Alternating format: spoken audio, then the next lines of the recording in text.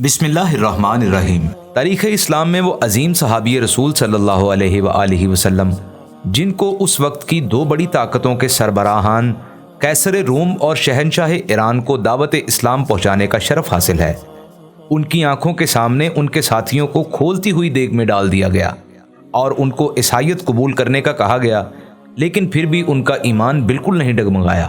وہ عظیم صحابی حضرت عبداللہ بن حذیفہ السہمی رضی اللہ تعالیٰ عنہ ہیں۔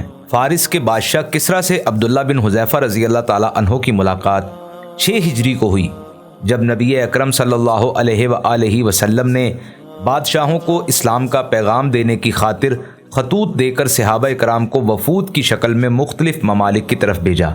صحابہ کرام نہ تو ان ممالک کی زبان سے آشنا تھے اور نہ ہی آداب شاہی اور مزاج شاہانہ سے۔ ان کی دعوت کا مقصد بادشاہوں کو اپنا اختیار کردہ دین ترک کرنے، سلطانی و حکمرانی سے دستبردار ہونے کا اور دائرہ اسلام میں داخل ہونے پر آمادہ کرنا تھا۔ اس کے معنی تھے کہ اس مہم پر جانے والا ہتھیلی پر جان رکھ کر جائے۔ معاملے کی اہمیت کے پیش نظر رسول اللہ صلی اللہ علیہ وآلہ وسلم نے صحابہ کرام کو جمع کیا اور اللہ سبحانہ و تعالیٰ کی حمد و ثنا کے بعد ارشاد فرمایا، میں چاہتا ہوں کہ تم میں سے بعض حضرات کو تبلیغ اسلام کے سلسلے میں شاہان عرب و عجم کی طرف روانہ کروں۔ اس کے جواب میں صحابہ کرام نے یک زبان ہو کر عرض کیا، یا رسول اللہ صلی اللہ علیہ وآلہ وسلم، ہم آپ کے حکم کی ہر حال میں تعمیل کریں گے اور آپ صلی اللہ علیہ وآلہ وسلم کی منشا کے مطابق فرائض پوری ذمہ داری سے سر انجام دیں گے۔ آپ صلی اللہ علیہ وآلہ وسلم جہاں چاہیں ہمیں بھیج دیں۔ حضور علیہ الصلاۃ والسلام نے 6 صحابہ کرام کا انتخاب کیا کہ شاہان عرب و عجم کی طرف دعوتی خطوط لے کر جائیں۔ ان 6 میں سے ایک حضرت عبداللہ بن حذیفہ رضی اللہ تعالیٰ عنہ بھی تھے، جو رسول اللہ صلی اللہ علیہ وآلہ وسلم کی طرف سے مکتوب گرامی لے کر فارس کے بادشاہ کسریٰ کی طرف روانہ ہوئے۔ حضرت عبداللہ بن حذیفہ رضی اللہ تعالیٰ عنہ نے اپنی سواری تیار کی، بیوی بچوں کو الوداع کہا اور تنہا صحراؤں اور میدانوں کو طے کرتے ہوئے سرزمین فارس میں پہنچے۔ بادشاہ سے ملاقات کی اجازت طلب کی اور درباریوں کو مکتوب گرامی کی اہمیت سے آگاہ کیا۔ اس مرحلہ پر شاہ ایران نے ان کی آمد کی خبر سن کر شاہی دربار کو آراستہ کرنے کا حکم دے دیا۔ اس اہتمام کے بعد حضرت عبداللہ بن حذیفہ رضی اللہ تعالیٰ عنہ کو دربار میں آنے کی اجازت دی۔ حضرت عبداللہ بن حذیفہ رضی اللہ تعالیٰ عنہ شاہ ایران کے دربار کی کیفیت سے در آئے کہ انہوں نے ایک معمولی چادر زیب تن کر رکھی تھی، جس سے عربوں کی سادگی صاف طور پر جھلک رہی تھی۔ کسریٰ نے جب انہیں اپنی طرف آتے ہوئے دیکھا تو حاشیہ نشینوں میں سے ایک کو اشارہ کیا کہ وہ ان سے خط پکڑیں۔ ایوان میں سے ایک شخص نے آگے بڑھ کر جب ان سے خط لینا چاہا تو آپ نے فرمایا، یہ نہیں ہو سکتا۔ رسول اللہ صلی اللہ علیہ وآلہ وسلم نے مجھے حکم دیا ہے کہ میں یہ خط براہ راست کسریٰ کے ہاتھ میں تھماؤں۔ میں رسول اللہ صلی اللہ علیہ وآلہ وسلم کی حکم عدولی کی جرت ہرگز نہیں کر سکتا۔ یہ دیکھ کر کسریٰ نے حکم دیا، اسے چھوڑ دو اور میرے پاس آنے دو۔ جب حضرت عبداللہ بن حذیفہ رضی اللہ تعالیٰ عنہ کسریٰ کے قریب آئے تو اس نے آپ کے ہاتھ سے خط وصول کیا اور عربی ترجمان سے کہا کہ اس خط کو کھولے اور اس کو پڑھ کر مجھے سنائے۔ مکتوب گرامی کا آغاز ان الفاظ سے ہوا تھا، یہ پیغام محمد صلی اللہ علیہ وآلہ وسلم اللہ کے رسول کی جانب سے عظیم فارس کسریٰ کے نام، سلامتی کا استحقاق اس کو ہے جو ہدایت کی راہ پر چلا۔ کسریٰ نے ابھی خط کے چند ابتدائی الفاظ ہی سنے تھے کہ اس کے سینے میں غیظ و غضب کی آگ بھڑک اٹھی، چہرہ سرخ ہو گیا اور گردن کی رگیں پھول گئیں، کیونکہ رسول اللہ صلی اللہ علیہ وآلہ وسلم نے خط میں اپنا نام پہلے لکھا تھا اور اس کا بعد میں۔ کسریٰ نے خط چھین لیا اور اسے پرزے پرزے کر دیا اور بغیر یہ جانے کہ خط میں کیا لکھا ہے پھر حکم دیا کہ حضرت عبداللہ بن حذیفہ رضی اللہ تعالیٰ عنہ کو میرے دربار سے نکال باہر کیا جائے۔ چنانچہ ان کو دربار سے نکال دیا گیا۔ حضرت عبداللہ بن حذیفہ رضی اللہ تعالیٰ عنہ ایوان کسریٰ سے نکل کر چل دیے۔ جب کسریٰ کا غصہ تھما تو اس نے درباریوں کو حکم دیا کہ حضرت عبداللہ بن حذیفہ السہمی رضی اللہ تعالیٰ عنہ کو میرے پاس دوبارہ پیش کیا جائے۔ انہوں نے ہر چند تلاش کیا مگر کہیں بھی آپ کا سراغ نہ ملا۔ آخر میں انہیں پتہ چلا کہ وہ جزیرۃ العرب سے نکل کر کہیں آگے چلے گئے ہیں۔ جب حضرت عبداللہ بن حذیفہ رضی اللہ تعالی عنہ نبی اکرم صلی اللہ علیہ وآلہ وسلم کی خدمت اقدس میں حاضر ہوئے اور بتایا کہ اس نے آپ کے گرامی نامہ کو پھاڑ کر پھینک دیا تھا، اس پر آپ صلی اللہ علیہ وآلہ وسلم نے فرمایا، اے اللہ اس کی قبائے اقتدار کے پرزے اڑا دے۔ ادھر کسریٰ نے یمن میں اپنے نائب بازان نامی جرنیل کو حکم دیا کہ حجاز میں جس شخص نے نبوت کا دعویٰ کیا ہے اسے گرفتار کرنے کے لیے فوراً اپنے ہاں سے 2 آدمی روانہ کرے جو اسے پکڑ کر میرے دربار میں پیش کریں۔ بازان نے رسول اللہ صلی اللہ علیہ وآلہ وسلم کی گرفتاری کے لیے اپنے 2 مضبوط جرنیل ایک خط دے کر مدینہ منورہ روانہ کر دیے۔ اس خط میں لکھا تھا کہ خط دیکھتے ہی بلا تاخیر ان کے ہمراہ کسریٰ کے دربار میں پہنچ جائیں۔ انہیں یہ بھی تاکید کی کہ اس شخص کا پوری طرح کھوج لگائیں اور اس کے بارے میں پوری معلومات حاصل کریں۔ یہ دونوں شخص تیزی سے سفر کرتے ہوئے پہلے طائف پہنچے۔ قریش کے چند تاجروں سے ان کی ملاقات ہوئی، ان سے حضرت صلی اللہ علیہ وآلہ وسلم کے بارے میں دریافت کیا۔ انہوں نے کہا کہ وہ یثرب میں رہتے ہیں۔ تاجروں کو جب یہ معلوم ہوا کہ یہ تو نبی پاک صلی اللہ علیہ وآلہ وسلم کو گرفتار کرنے کے لیے جا رہے ہیں تو وہ خوشی سے پھولے نہ سمائے۔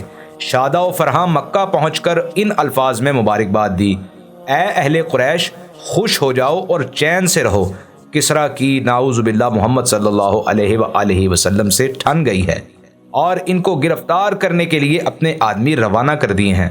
بازان کے ان دونوں نمائندوں نے مدینہ منورہ کا رخ کیا۔ وہاں پہنچ کر نبی پاک صلی اللہ علیہ وآلہ وسلم سے ملاقات کی اور بازان کا خط حضور علیہ الصلوۃ والسلام کو پہنچایا اور کہا کہ شہنشاہ کسریٰ نے ہمارے بادشاہ بازان کو حکم دیا ہے کہ وہ آپ کو پکڑ کر اس کے دربار میں پیش کر دے۔ ہمیں اسی لیے بھیجا گیا ہے، اگر آپ صلی اللہ علیہ وآلہ وسلم ہماری بات مان لیتے ہیں تو اس میں آپ ہی کا بھلا ہے، اور اگر آپ نے ہمارے ساتھ چلنے سے انکار کیا تو جان لیجئے کہ کسریٰ کا جاہ و جلال اور اس کی گرفت بہت مضبوط ہے۔ رسول اللہ صلی اللہ علیہ وآلہ وسلم ان کی یہ بچگانہ باتیں سن کر مسکرائے اور فرمایا کہ آج تو تم اپنی قیام گاہ میں آرام کرو، کل دیکھا جائے گا۔ جب دوسرے دن یہ نبی پاک صلی اللہ علیہ وآلہ وسلم کے پاس آئے اور پوچھا، کیا آپ کسریٰ کے دربار میں پیش ہونے کے لیے آمادہ ہیں؟ اس کے جواب میں نبی پاک صلی اللہ علیہ وآلہ وسلم نے ارشاد فرمایا، کون کسریٰ؟ سن رکھو کہ آج کے بعد تم اس کا چہرہ کبھی نہیں دیکھ پاؤ گے۔ اللہ تعالیٰ نے اسے ہلاک کر دیا ہے اور اس کا بیٹا اس کو قتل کر کے خود سلطنت پر قابض ہو گیا ہے۔ ان دونوں کا اس خبر کو سننا تھا کہ حیران و ششدر رہ گئے اور خوف و دہشت کے ملے جلے جذبات سے حضرت صلی اللہ علیہ وآلہ وسلم کی طرف دیکھنے لگے اور کہنے لگے، جو کچھ آپ کہہ رہے ہیں کیا اس کا آپ کو یقینی علم ہے؟ کیا یہ وحشت اثر خبر ہم بازان تک پہنچا دیں؟ آپ صلی اللہ علیہ وآلہ وسلم نے ارشاد فرمایا، ہاں یہ سچ ہے۔ اس کے ساتھ ساتھ یہ بھی اسے بتا دینا کہ دین اسلام کا دائرہ کسریٰ کی سلطنت تک پھیل جائے گا۔ تم اگر اسلام قبول کر لو تو ہم وہ سبھی کچھ تمہارے حوالے کر دیں گے جو اب تمہارے پاس ہے۔ گویا اس صورت میں تمہاری موجودہ حکمرانی اپنی قوم پر بدستور قائم رہے گی۔ یہ دونوں نمائندے رسول اللہ صلی اللہ علیہ وآلہ وسلم سے رخصت ہو کر بازان کے پاس پہنچے اور اسے یہ خبر سنائی۔ اس نے سن کر کہا، اگر حضرت محمد صلی اللہ علیہ وآلہ وسلم کی یہ بات درست ثابت ہوئی تو پھر ان کے نبی ہونے میں کوئی شبہ نہیں۔ ابھی زیادہ عرصہ نہ گزرا تھا کہ بازان کو کسریٰ کے بیٹے شیرویہ کا خط موصول ہوا، جس میں تحریر تھا، میں نے کسریٰ کو مار ڈالا ہے اور مارا بھی اس لیے ہے کہ اپنی قوم کا انتقام لے سکوں۔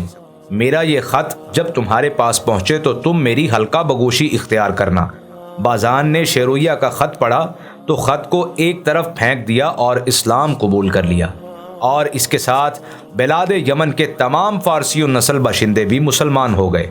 اور قیصر روم کے ساتھ حضرت عبداللہ بن حذیفہ سہمی رضی اللہ تعالی عنہ کی ملاقات کا واقعہ حضرت عمر بن خطاب رضی اللہ تعالی عنہ کے دور خلافت میں پیش آیا۔ یہ بھی ایک عجیب و غریب داستان ہے۔ 19 ہجری میں حضرت عمر بن خطاب رضی اللہ تعالی عنہ نے جنگ کے لیے مجاہدین اسلام کا ایک لشکر روانہ کیا، جس میں حضرت عبداللہ بن حذیفہ رضی اللہ تعالی عنہ بھی شریک تھے۔ بادشاہ روم کے پاس لشکر اسلام کے متعلق خبریں پہنچ رہی تھی، اس نے اپنے فوجیوں کو یہ حکم دے رکھا تھا کہ اگر لشکر اسلام میں سے کوئی قیدی تمہارے ہاتھ لگے تو اسے زندہ پکڑ کر میرے پاس لے آنا۔ اللہ کا کرنا ایسا ہوا کہ حضرت عبداللہ بن حذیفہ سہمی رضی اللہ تعالی عنہ کو رومی فوج نے گرفتار کر لیا اور کیسر کے سامنے حاضر کیا۔ اسے یہ بتایا کہ ہم ایسے شخص کو گرفتار کر کے لائے ہیں جو محمد صلی اللہ علیہ وآلہ وسلم کے ان ساتھیوں میں سے ہے جنہوں نے سب سے پہلے دعوت اسلام کو قبول کیا تھا۔ جب حضرت عبداللہ بن حذیفہ رضی اللہ تعالی عنہ کو بادشاہ روم کے سامنے پیش کیا گیا تو اس نے آپ کو دیکھا، پھر کہنے لگا، میری ایک تجویز ہے، آپ عیسائیت قبول کر لیں۔ آپ کو میری یہ تجویز اگر منظور ہو تو میں آپ کو آزاد کر دوں گا اور آپ کے ساتھ عزت و تکریم کا معاملہ روا رکھوں گا۔ حضرت عبداللہ بن حذیفہ رضی اللہ تعالی عنہ نے جرأت و عزم کا اظہار کرتے ہوئے کہا، یہ ممکن ہی نہیں، جس چیز کی طرف آپ مجھے دعوت دے رہے ہیں اس سے 1000 درجہ یہ بہتر ہے کہ میں مر جانا پسند کروں۔ کیسر نے کہا، آپ مجھے بہادر انسان معلوم ہوتے ہیں، آپ میری یہ تجویز قبول کر لیں تو میں آپ کو اپنی سلطنت میں شریک کر لینے پر بھی تیار ہوں۔ بیڑیوں میں جکڑا ہوا یہ قیدی اس پر مسکرایا اور یوں گویا ہوا، اللہ کی قسم، آپ مجھے اپنی حکومت اور جزیرۃ العرب کی مملکت دے کر بھی یہ امید نہیں رکھ سکتے کہ میں دین محمد صلی اللہ علیہ وآلہ وسلم سے ایک لحظے کے لیے بھی منحرف ہو جاؤں۔ اس نے غضبناک ہو کر کہا، میں آپ کو قتل کر دوں گا۔ آپ نے فرمایا، آپ جو چاہے کر دیکھیں۔ اس کے بعد اس نے آپ کو پھانسی دینے کا حکم صادر کر دیا۔ پھر ایک بہت بڑی دیگ منگوائی گئی اور اس میں تیل ڈال کر نیچے آگ جلا دی گئی۔ جب تیل کھولنے لگا تو اس نے حکم دیا کہ مسلمان قیدیوں کو حاضر کیا جائے۔ اس کے حکم کے مطابق 2 مسلمان قیدی پیش کر دیے گئے۔ دیکھتے ہی دیکھتے ان میں سے ایک کو کھولتے ہوئے تیل میں پھینکنے کا حکم دیا۔ گرم اور کھولتے ہوئے تیل میں گرتے ہی اس کا گوشت پوشت چٹکنے لگا اور کھال ہڈیوں سے الگ ہو گئی۔ اس کے بعد وہ حضرت عبداللہ بن حذیفہ سہمی رضی اللہ تعالی عنہ کی طرف متوجہ ہوا اور کہنے لگا، اب بھی موقع ہے، عیسائیت کو قبول کر لو۔ آپ نے پہلے سے بھٹ کر دعوت کو ٹھکرا دیا۔ جب کیسر حد درجہ مایوس ہو گیا تو اس نے چاروں ناچار انہیں کھولتے ہوئے تیل میں پھینک دینے کا حکم دے دیا۔ جب آگ کو دیگ کے پاس لایا گیا تو آپ کی آنکھوں سے بے اختیار آنسو ٹپک پڑے۔ کیسر کے حواریوں نے جب یہ دیکھا تو عرض کی کہ حضور، یہ تو سچ مچ رو رہا ہے۔ اس نے گمان کیا کہ شاید یہ اس تکلیف سے گھبرا گیا ہے، اسے میرے پاس لاؤ۔ جب آپ کو کیسر کے سامنے پیش کیا گیا تو اس نے پھر آپ کو تیسری مرتبہ عیسائیت کے سامنے سر جھکا دینے کی دعوت دی۔ آپ نے اس بار بھی انکار کر دیا۔ اس نے تعجب سے پوچھا، ارے یہ بات تھی تو تم روئے کیوں تھے؟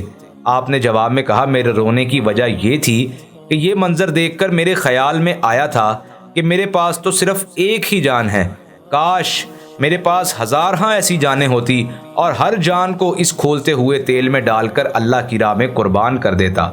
اس ظالم کا یہ سننا تھا کہ حیران رہ گیا، کہنے لگا، اب اگر میرے سر کو چوم لو تو میں تمہیں آزاد کر دوں گا۔ حضرت عبداللہ بن حذیفہ سہمی رضی اللہ تعالی عنہ نے پوچھا، کیا تم میرے ساتھ تمام مسلمان قیدیوں کو بھی آزاد کر دو گے؟ اس نے کہا، ہاں، میں تمام مسلمان قیدیوں کو بھی رہا کر دوں گا۔ حضرت عبداللہ بن حذیفہ سہمی رضی اللہ تعالیٰ عنہ فرماتے ہیں، میں نے اپنے دل میں سوچا کہ اگر میں اس دشمن دین کے سر کو چوم لوں اور اس کے بدلے میں یہ سب مسلمان قیدیوں کو رہا کر دے تو اس میں کیا مذائقہ ہے۔ پھر آپ اس کے قریب آئے اور اس کے سر پر اپنا بوسہ ثبت کر دیا۔ قیصر روم نے حسب وعدہ حکم دیا کہ تمام مسلمان قیدیوں کو حضرت عبداللہ بن حذیفہ سہمی رضی اللہ تعالیٰ عنہ کے سپرد کر دیا جائے۔ رہائی پا کر حضرت عبداللہ بن حذیفہ سہمی رضی اللہ تعالیٰ عنہ سیدھے حضرت عمر بن خطاب رضی اللہ تعالیٰ عنہ کی خدمت میں حاضر ہوئے اور آپ کو یہ سارا ماجرا تفصیل سے کہہ سنایا۔